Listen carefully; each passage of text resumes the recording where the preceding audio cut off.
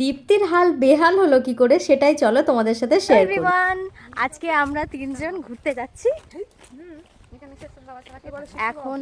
এখন হচ্ছে সমালোচনা হচ্ছে, এখানে ভূত দেখা গেছে এই বাড়িটার ক্যামেরা ওই তাল গাছটা দেখা যাচ্ছে, ওই তাল গাছটাতে ছিল, মানে ভূত ছিল আর নাম ছিল একটা ছায়া।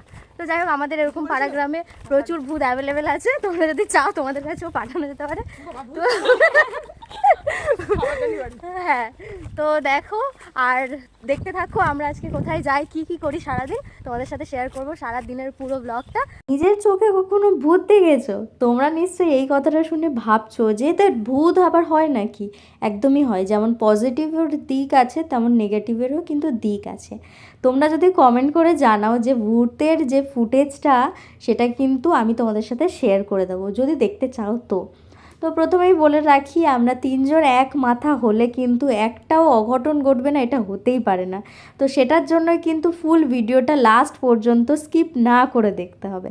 প্রথমেই পৌঁছে গেছিলাম বারুইপুর স্টেশনের রাস্তা তোমরা দেখতেই পাচ্ছ, একটা রাস্তার মধ্যে 3টে লাইন করে, না কোনো সিগন্যাল আছে না কিছু। আর বর্ষাকালে ওখানে একদম ক্যাদা ক্যাদা হয়ে যায়।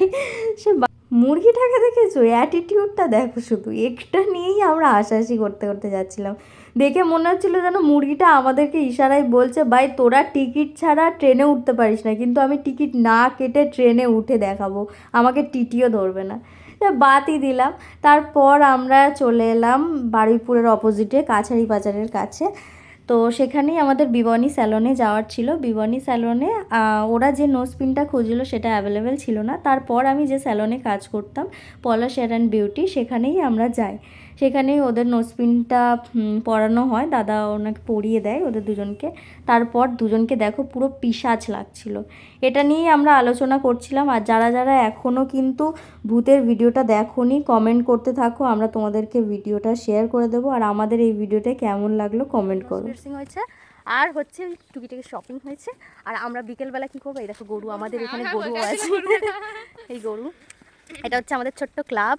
এখানে একটা টাইম ছিল, হ্যাঁ এই কোনোদিন খোলে না। এটা হচ্ছে 1000 ফুটের কল, মানে এখান দিয়ে জল খাই আমরা, যেটা গন্ধ আবার হলুদ আয়রন ভর্তি। তো কেমন লাগলো আজ সারাদিনটা ঘুরে? ভালো ভালো, খুব ভালো, হ্যাপি হ্যাপি। আমরা এরকমই করে, ঠিক আছে। তো যাই হোক, এবারে আমাদের বাড়ির দিকে রওনা দিতে হবে। ওর বাড়িতে যাবে, আমি আমার বাড়িতে যাবো, তারপরে আবার চলে আসবো। এক্ষুনি ভাত খেয়েই বেরিয়ে যাবো। তাড়াতাড়ি চলে আসিস বুঝলি, ওনাকে না হয় আমি ফোন করে দেবো। ওনাকে